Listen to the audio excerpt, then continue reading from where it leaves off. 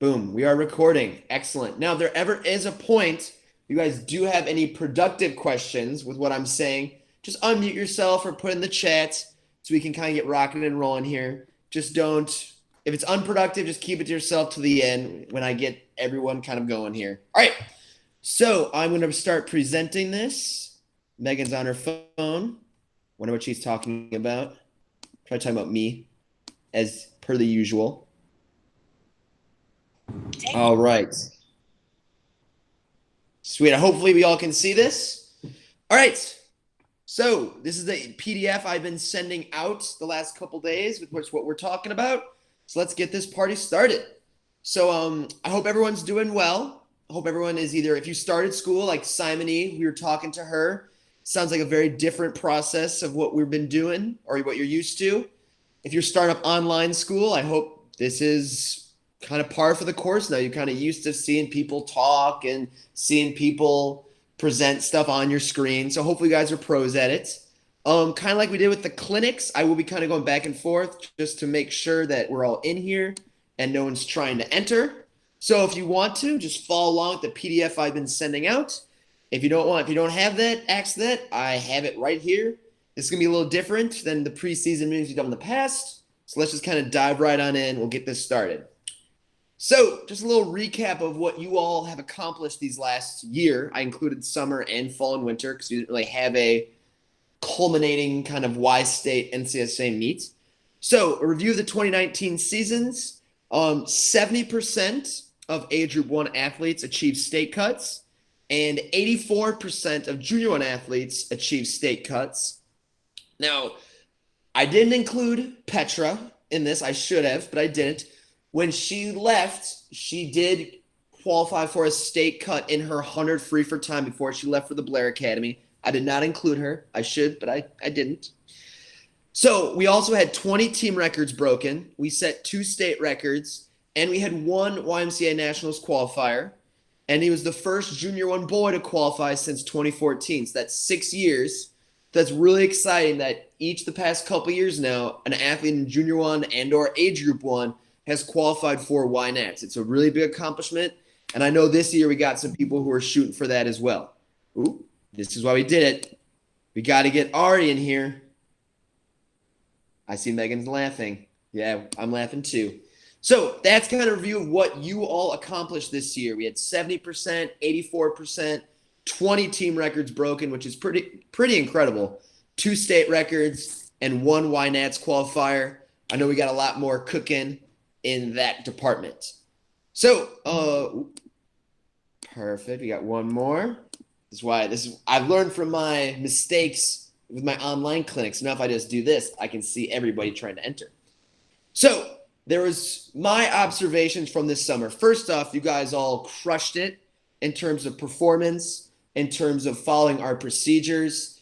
There was not one time I heard people were like, can't use the locker room. I'm so wet leaving the pool. I never heard any of that. So thank you so much. It was very much appreciated from the coaching staff. We were all a little worried, but after those first 2 days, we're like, we got this. We're going to just absolutely crush it. Now, another one. Sweet. Now, in terms of performance and training, kind of talking with Coach Jenny, kind of talking with Coach Tyler, Megan's favorite. We kind of saw there was 2 types of people. There was, when we came back, there was those who knew, like, oh man, like, I know I took 3 months off. I know it's going to be kind of tough at the beginning, but I know that I'm going to be better at coming out of this. I know that I can work harder. I can work on my strokes. I know I can do this. And then there was those who hoped. There were those who like, oh man, I've been off for 3 months. I hope I can get back to where I was. I hope I can get even farther. I hope this. I hope. And there was kind of a big difference we saw by the end of the season where those 2 kind of thought processes were. Those who knew kind of exceeded even my own expectations. And those who hoped, they exceeded a little bit, but they were kind of like, oh man, I wish I could have done this, or I want to do this. So kind of going into this season, you either hope that you can get better or you kind of know that you're going to get better. And we're going to talk about this a little bit later. If you know, you're going to have a plan. And if you hope, you're kind of like throwing darts at a dartboard with a blindfold on, with a couple fingers over your eyes, like, I hope this works. I hope this works. Well, you're like, all right, I'm going to crush this. So, kind of moving on, the elephant in the room. What will this season look like? And to be perfectly honest, I don't have an answer for that. We are planning the season as if there's going to be a state meet, an NCSA meet, and a Y Nationals meet. We're planning on as if there are, simply because let's say in January, we're able to be like, all right, we're having a state meet, we're doing all this. If we didn't plan for it, I would feel terrible. I feel like I'd let you guys down. So we are planning on basing the season around having those kind of meets. I'd rather be prepared and not have it than have it and not be prepared. So to be perfectly honest, I don't know what those meets are going to look like if we have them, or what they're going to look like if they're regional, if they're all over the place, what they're going to look like. I can tell you that we've been talking with some people around the state and around the country trying to plan stuff, but there's no for sure like, hey, this is happening at this state. These are the cuts, get ready. So like we've done this summer and we did kind of all this past year, we're going to kind of roll with the punches until we get there. Now, what we do know is what I've been sending a lot of emails about, the WSL, the Wisconsin Swimming League. Guys, this is going to be a lot of fun if you put your energy and effort and enthusiasm into it. So basically what it is, we got 7 dual meets against 7 teams that we are going to race against. So the first one is against Oz. So our 13, 14-year-olds are trying to beat Oz's 13, 14-year-olds.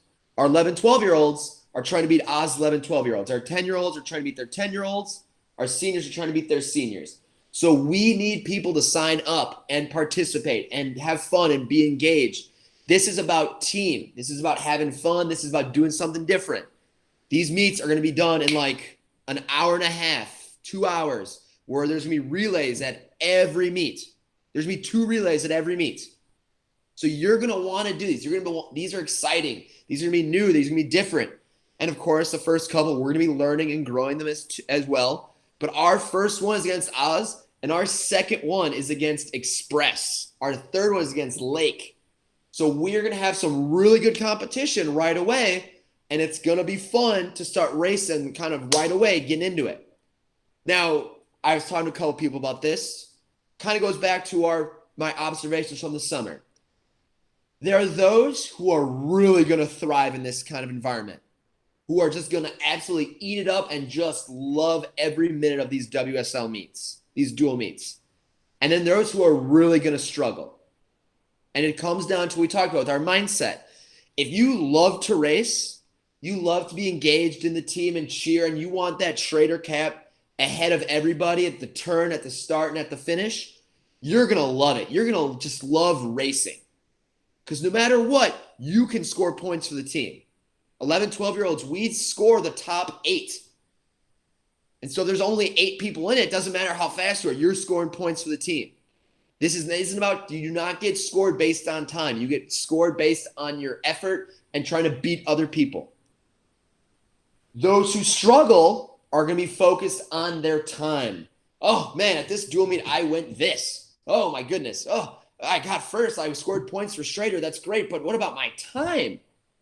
If you tie your value to your time and your performance, you are going to struggle. If you tie your value to your effort and to the team, you're going to have a lot of fun.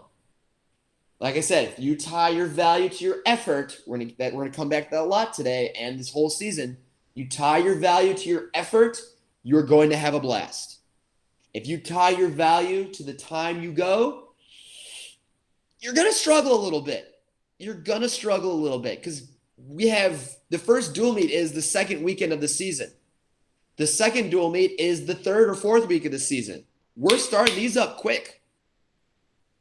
So get ready, get used to that feeling of, all right, I'm about getting my hand to the wall for the team. It's about the team. It's about cheering. It's about being engaged. It's about having fun.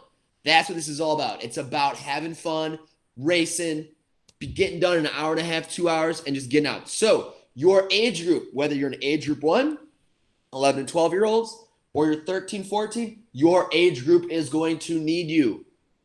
So sign up. The events, the sessions are going to be small so we can make sure that we're being safe. So let's make sure that we are signing up for those and having fun. So kind of going, we talked about that kind of season overview. Let's kind of talk about the groups now. So age group 1. Now, for those of you who are moving up into age group 1, this is a big thing I want to stress. Just because you're in age group 1 now doesn't mean you have a fast track to junior 1. They're not the same group. It's the same coach. We train together, but they're not the same. So if you made it from age group 1, from junior 2 and age group 2, way to go. You kicked butt. Welcome to the group. But now it is not the time. You're like, oh, I'm in the group now for 3 or 4 years. It's a whole new set of challenges. It's going to be hard. It's going to be challenging right away. We're going to talk this in a little bit. Push yourself. Have the right attitude. Good effort. And you will be able to reach junior 1. So age group 1, we want to work on getting good at 10 races. That is how many events you are allowed to swim at the 12 and under state meets. Like I said, we're planning on as if we're having it.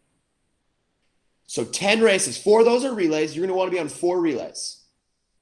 So that means we want 6 individual races at the 12 and under state meet. That's our focus. How can we get 6 individual races out of you? So that means we're going to have to try different and challenging races. I think one of the great things about this is we don't know what you are yet as a swimmer, as an athlete. I think one of the great examples of this is, I think she's in here, is P-Dub, if she's in here. She kind of came to the group. She got state cuts as a breaststroker when she was 10. Now, all of a sudden, she's a sprint freestyler and backstroker. She got really good at backstroke this year in sprint freestyle. We don't know kind of what you are or who you are as swimmers yet. So that's why we train so many different strokes. Do not shut your doors. Kind of also another example was Ari. She kind of came in. She kind of was all over the place. She was kind of good at everything. And this past year, she's like, I want to get really good at the 400 IM. It's like, oh, yeah, let's do it. You're crazy. I love it. Let's get better at the 4 IM. I'm just waiting for her to say now, let's get right to 1650. I can't wait for that. That's going to be fun. When she comes up to me that day, I'll be so excited. So don't shut off any avenues yet. We're going to do a lot of underwater kicking every day, probably 10 to 15 minutes. If you can get good underwater kicking, your butterfly, backstroke, and your freestyle are automatically going to get better, even your breaststroke.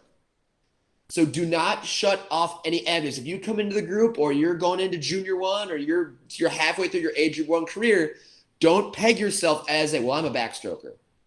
I'm a breaststroker. I'm a butterfly. We don't know yet. Get good at everything. It makes your life so much easier. Some more options to choose from. For age group 1, for attendance, we are looking at 75% monthly attendance. That's about 4 per week. We got 5 to 6 practices offered. So somewhere between 3 to 4 practices per week.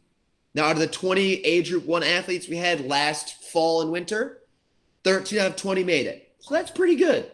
Pretty good. We can get better.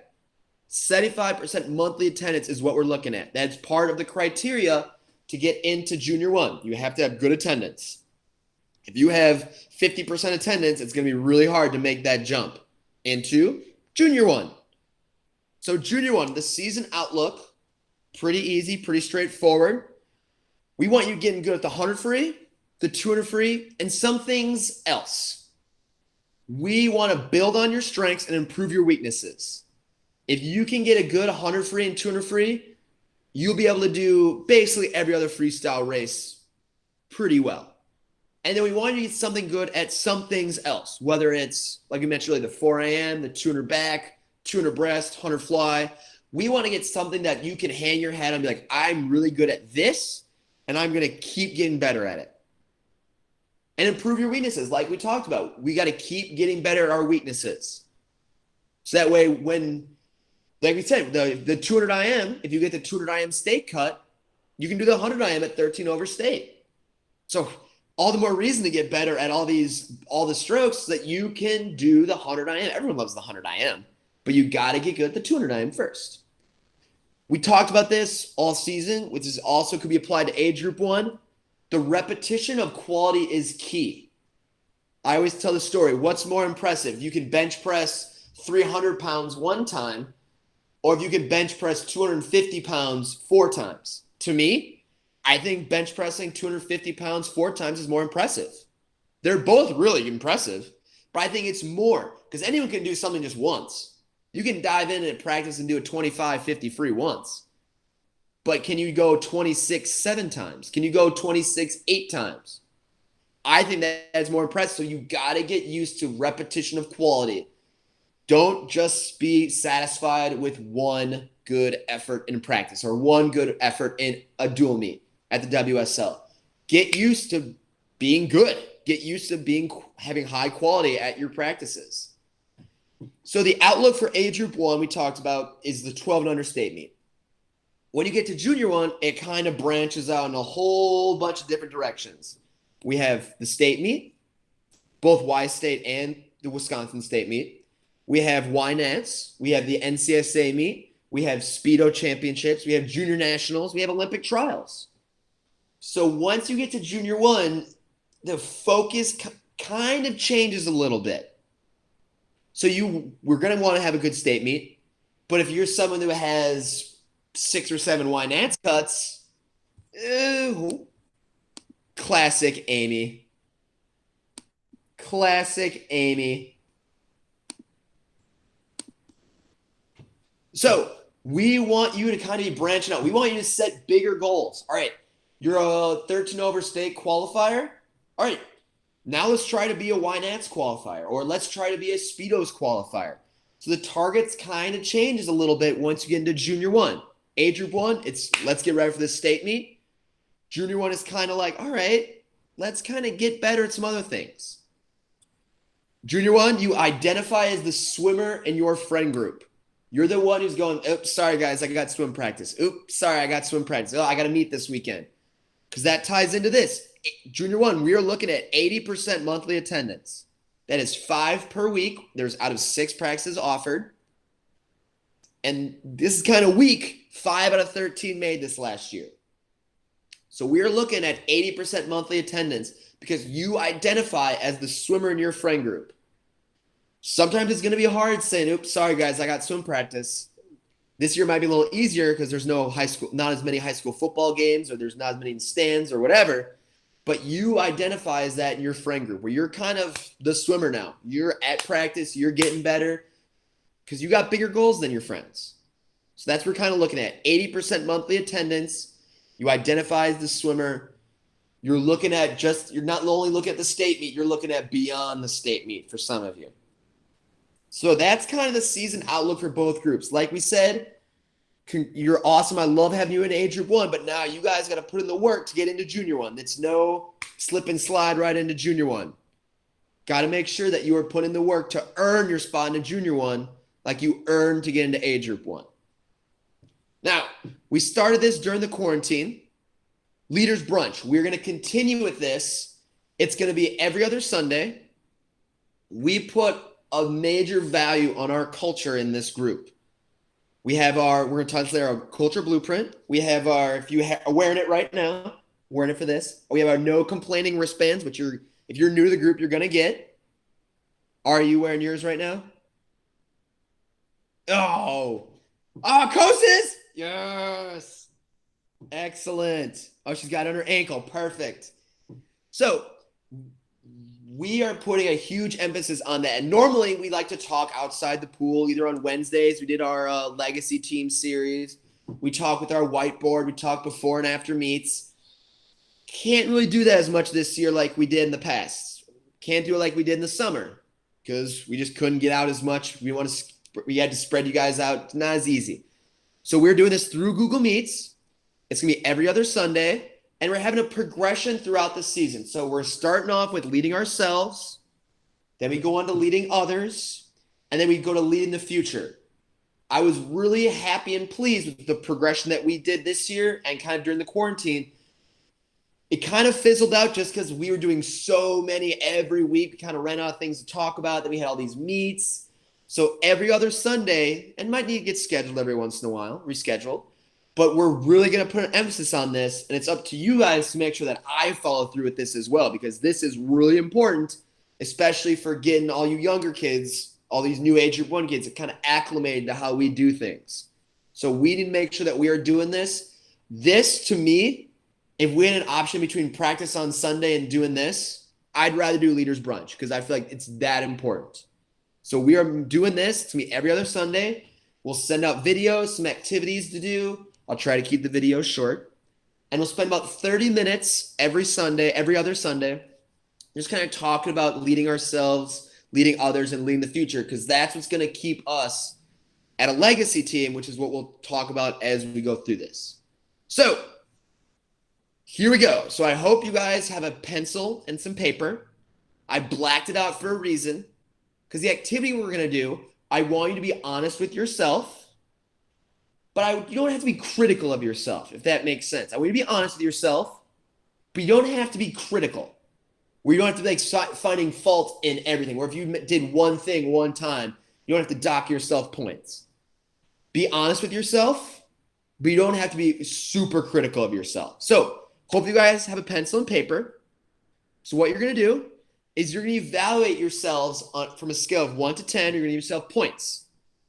10 being the most, 1 being the least, obviously.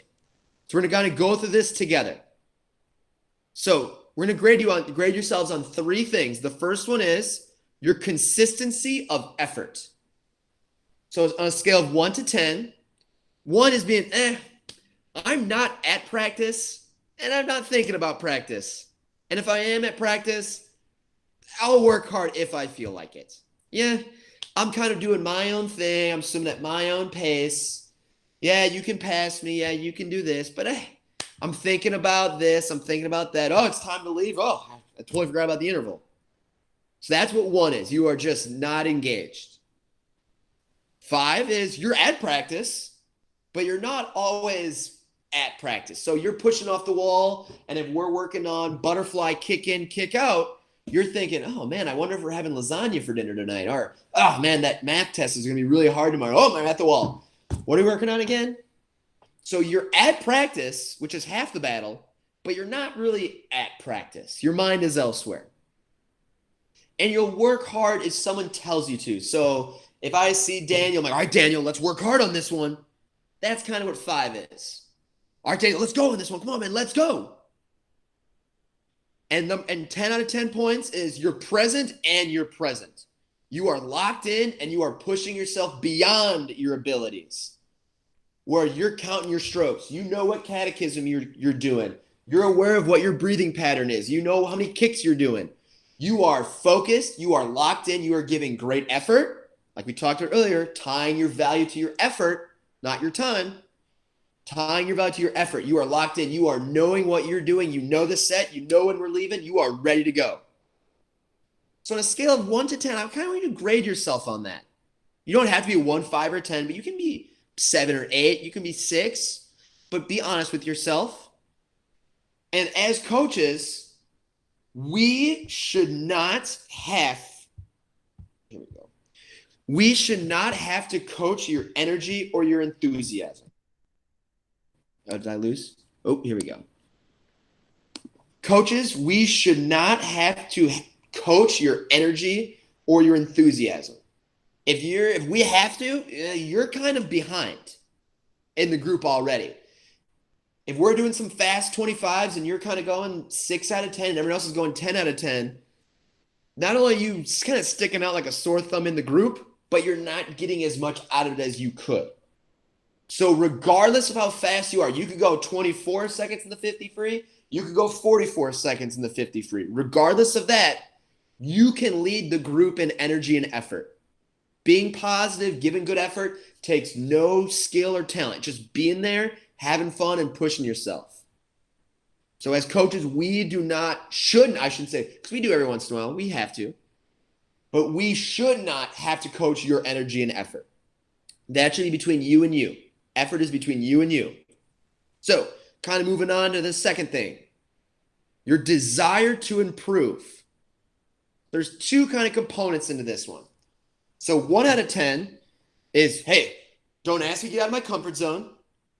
And if I do get out of it, you're going to have to hold my hand. You're going to have to give me praise. You're going to have to say, hey, that was a really good flip turn. Or I want to see you do an open turn on this one. Remember, touch with 2 hands. Another part of that is I can't fail because I never push myself to failure. I don't put myself in failure because I don't want to do it. My best event's the 50 breasts, so that's all I'm going to do at meets. Don't ask me to do 100 breasts because I know I'm not good at it.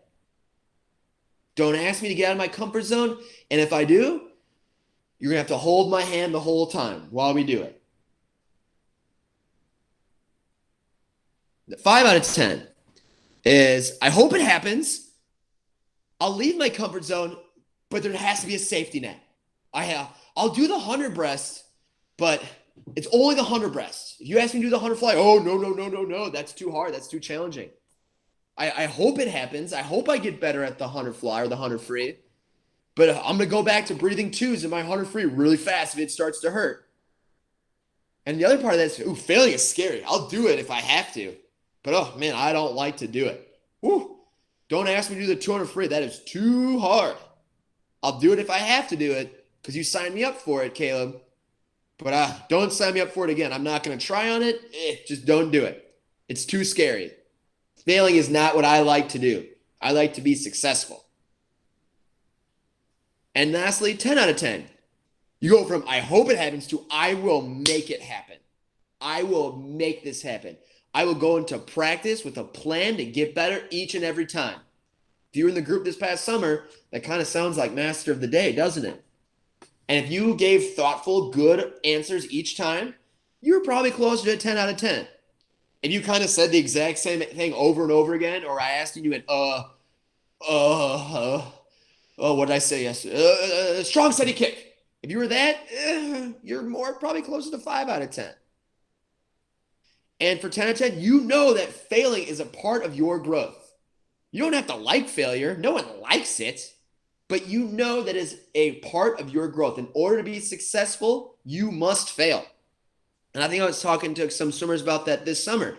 I think the hardest part of coaching is knowing that each and every one of you now, I care about and I want to see you all be successful. I see you more than my family all the time. I see you guys 5, 6, 7 days a week. I don't see my family that much at all. So I care about each and every one of you, your effort, your growth, and how you do in the pool. But I know that you guys have to fail, and that hurts. That's hard for me to accept sometimes. But I know you guys will not get to be as good as you can be unless you fail. So it kind of comes down to 2 things. I like to think of this as basically comes down, like I said, 2 things, your desire to improve. Do you want to be a director or do you want to be directed? Directed is you're told what to do. Hey, a coach, work on this. Hey, Amy, work on this. Hey, Gabby, work on this. Hey, AB, work on this.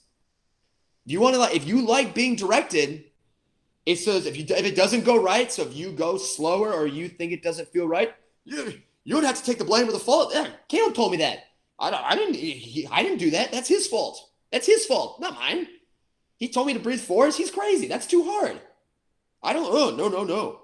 That's being directed. Or do you want to be a director where you make your own decisions? Josh going, all right, I'm not breathing on the 50 fly in this one. It's going to hurt, but I'm going to try it. And when he gets out, oh, man, that was my fault. I needed one more breath on that. A director, they make their own decisions, and they live with the consequences. I'm going to try to take 7 kicks off every wall on the 100 back. I only took 5. That's my fault. I can get better at that. Versus, you told me to take 7 kicks. That's his fault. I only took 5 because that's his fault. Do you want to be a director or do you want to be directed? How much do you want to improve? Are you going to make it happen? Are you going to hope it happens? Or, dude, don't even ask me. I'm here because I'm here. All right, last category here. I hope this is making sense. Finally, your coachability. How coachable are you? 1 out of 10 is, dude, don't talk to me. Don't talk to me. It's a waste of your breath. It's a waste of your time. You're going to say all these things. You're going to try to help me out with my strokes, but it's going to go one and you're out the other. I'm not interested in getting better. Yeah, I'm just cool with being here. Yep, practice is almost done. Hard set, I'm going to the bathroom. Hard set. My cap ripped. No, my goggles, I need fixing. Don't talk to me. It's a waste of your time. 5 out of 10 is you rely on someone else to remind me what I need to do to get better. So that's me, Coach Greg, another athlete on the team. That's me going, hey, remember, don't breathe on your breakouts. It happened at the last meeting. You went slower. Don't breathe on butterfly. Remember, 7 kicks. Kind of goes back to what we just talked about, being directed. And 10 out of 10 is I know what I need to do to get better, and I'm looking for feedback from myself and from the coaches. Remember, there's going to be like 27, 28 of you in the pool sometimes, and 1 to 2 coaches. We can't always be looking at every single person holding your hand going, all right, this is what we're doing. This is what we need to work on. You need to know ahead of time what the set is, what we're working on, and how you can incorporate parts of your race or parts of you getting better into that set. Where I need to be able to go up to Julia and be like, Julia, what are you working on this 100? And she can say, all right, head steady level, and I'm really working on my second 50. And then when she finishes that, Julia doesn't need me to say, hey, Julia, that was a really good job. That was a really good second 50, and that was really good head steady. Julia can go to herself and say, my head was steady. I could have done a little bit better on my second 50. I'm going to do that on this one. So that's what being coachable is. It's not relying on the coaches. It's using us as tools. We're a part of your tools in your toolbox. But it's also relying on yourself, that you know what you need to do to get better. And we're going to do exercises throughout the season of this as well, kind of helping you guys figure this out. It's not easy. It's definitely not easy, but it's part of what you need to do to get better. So I'm going to kind of tally up your score. And the closer you are to 30, the better chance you will improve as a person and as an athlete throughout our time together. Now, it's not guaranteed. There's a lot of other things that go into it. But you'll put yourself in a much better position the closer you are to 30. If your score is like 7 or below, you got to change some things. The closer you are to 30, the better chance you're going to be to improve yourself. And quite honestly, the more fun you're going to have. It's going to be a lot more fun if you're doing the 10, 10, and 10 or 7, 8, 7, 8, 9 kind of things, as opposed to the 1, 1, 1 or the 2, 2, 2. It's going to be a lot more fun for you because you're going to get more out of it. Like I said, it's not guaranteed, but you're going to put yourself in a much better position to improve as a person and as an athlete. So, and because remember, skill. You guys all have skill. You guys are not learning how to swim for the first time. You guys have skill. Skill and enthusiastic effort equals talent. You guys all have some kind of talent. You guys have all some kind of skill. I put enthusiastic in there because I always like to say, I heard this great quote, nothing great was ever achieved without enthusiasm. Some really good things were achieved. Some almost great things were achieved. But if you're enthusiastic about getting better and enthusiastic about being at practice, you're going to get better fast. And then talent times enthusiastic effort equals achievement. Whatever that be for you, whether that be a state cut, a world record, Olympic gold medal, coming to practice 4 times a week, whatever achievement means to you, you need talent and enthusiastic effort. Now, see, if you look at that, effort's in there twice. Effort counts double. Talent without effort is just unproductive skill. You have skill, but you're not using it. I don't need to use it. I got skill. I got this. Talent without effort. So effort counts double. That's as simple as that. If you're willing to put the effort in consistently with enthusiasm, you're going to have fun. You're going to get better. You're going to work hard. You're going to be tired. It's going to hurt. I think Lila had a really great quote. She was talking to Julia about the group, Julia Burrell. I don't exactly know what it was, but it was like, you just get used to it hurting. Just do it. Just keep working hard. Just keep doing it. You keep doing that. Keep being enthusiastic. Keep giving good effort, and you're closer to 10 out of 10 on these things. You're going to have fun. You're going to work hard, and you're going to put yourself in a really good position to be successful. Not only this year, but the next year, and then in life. These are life skills. This could be applied to coaching, applied to insurance, applied to anything. Consistency of effort, desire to improve, coachability. Come to school. You can see how it applies to school. So skill, enthusiastic effort equals talent. Talent, enthusiastic effort equals achievement. So just some closing remarks before we get into some questions. And there's one thing I forgot to mention earlier that I'm going to kind of come back to. Just remember, it's your season. This is your season. My job is to give you the tools to be successful. I'm not doing the work for you. My job is to give you the tools. So your season, that means you have to take ownership. If you have ideas to make the group better or the practice better, voice them. A lot of what we do is based on what other people have said in the past. Last year, and we're doing it this year too, we're going to have a little bit shorter warm-up on one of the days so we can get into our sets a little bit quicker when our practice is going to look a little different. That was based on what other people said. I know with JR1 and AG1 this summer, we did a lot more kicking. That was another athlete's idea. If you have an idea for a set, come to me. I'll try to work it in. We'll work on this together because it's your season. You take ownership. And it's a lot more fun when you're taking ownership. When you have an idea, or you're coming into practice like, all right, I'm going to try this out or do this. Or, hey, I have a really good idea for an underwater set. I'm going to give it to Caleb. It's so much more fun going to the group and like, hey, this was Julian's idea, guys. He's fired up about this. Let's do this for him. He's fired up. Let's show him that we can do this. It's so much more fun that way. Kind of going into that, we're balancing fun and work.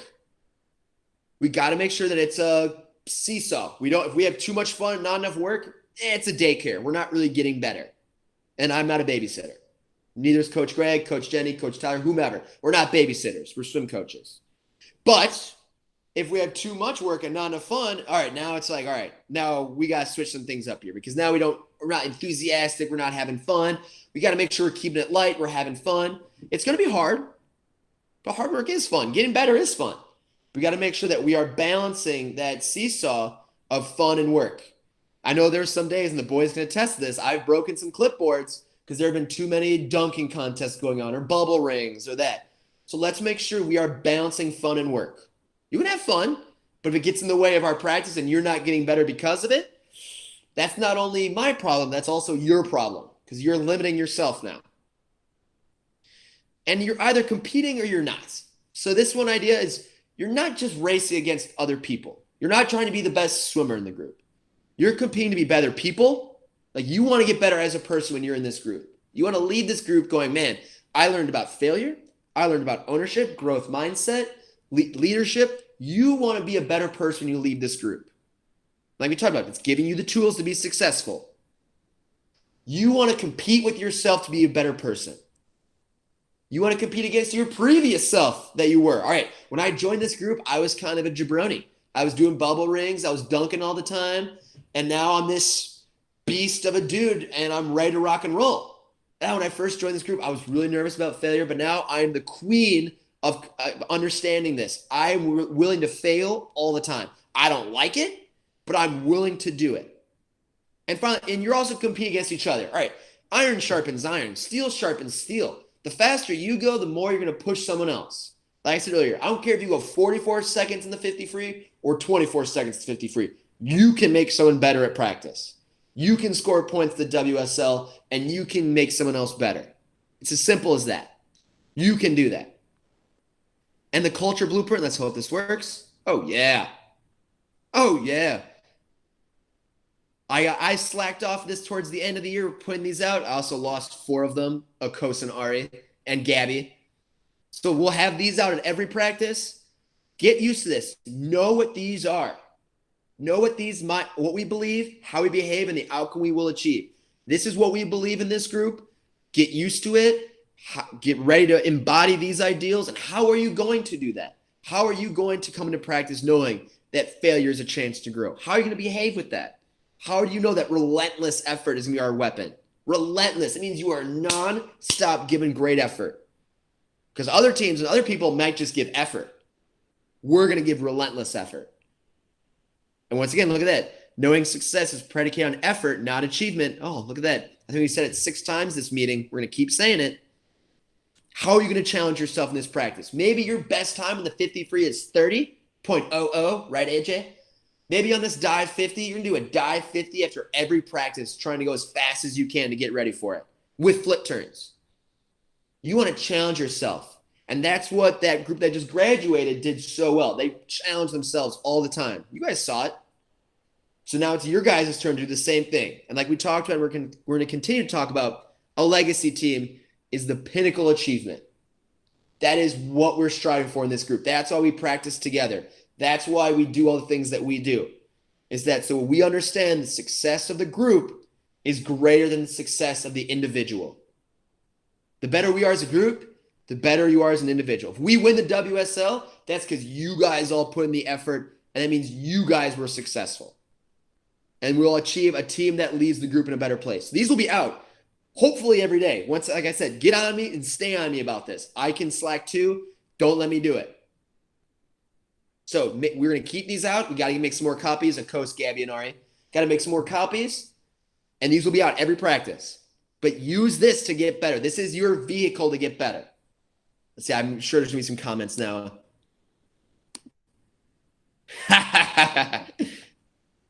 Yeah, knew.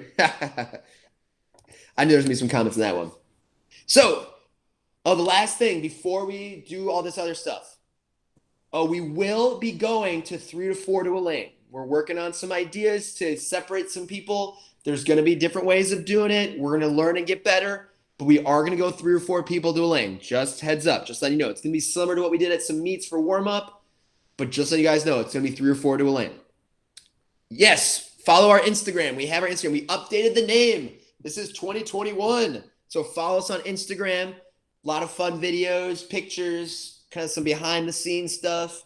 So follow us. It's going to be fun.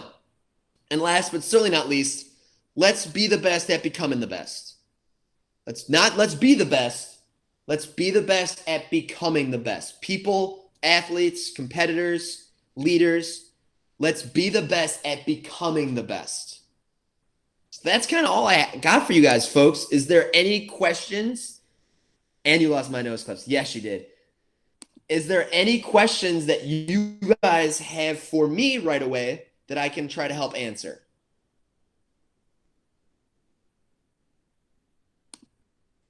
No, you'll not be able to use the locker rooms. Sorry, Will. So yes, it's the same kind of procedures as we did in the fall. Kind of coming in, as the weather gets colder, we'll change up the procedures, kind of letting you guys come in a little earlier or whatever we need to do. But for right now, the procedures will stay the same. Jude the Dude, any questions? Well, I can take off present now. I'm done presenting. What about Jules, man, bruh? Any questions? No questions? Tyler will be coaching, but not as often as he was. But Tyler will be coaching, Megan. All right, if you're still here, turn your cameras on. We got to take a picture. This is for the Instagram. This is the first picture of the 2021 season. Oh, there's Krabagaba. There's Julia. JB. By the way, before you take the picture, I just want to know, what the heck's a dunk? Don't teach him. That's what a Where's Jude? Jude, I'm looking right at you, Jude. What is Like how JB turned his camera off. He's like, I'm not getting We have to teach him. All right, you guys, hold on. Let me take this picture real quick. JB, I need you. Give me the secret of the dunk. Oh, yeah. Oh, my goodness, Megan. I can't wait to post that one. All right, you guys. You guys excited? You guys ready to have some fun? Yes. Daniel's ready. I can tell by that. Amy! I have to show you something. I'm terrified. I already sent it to Ari. Oh, no. It's that one photo that I sent over the school email thingy. Oh, no. I have a bad feeling about this. I do. Should we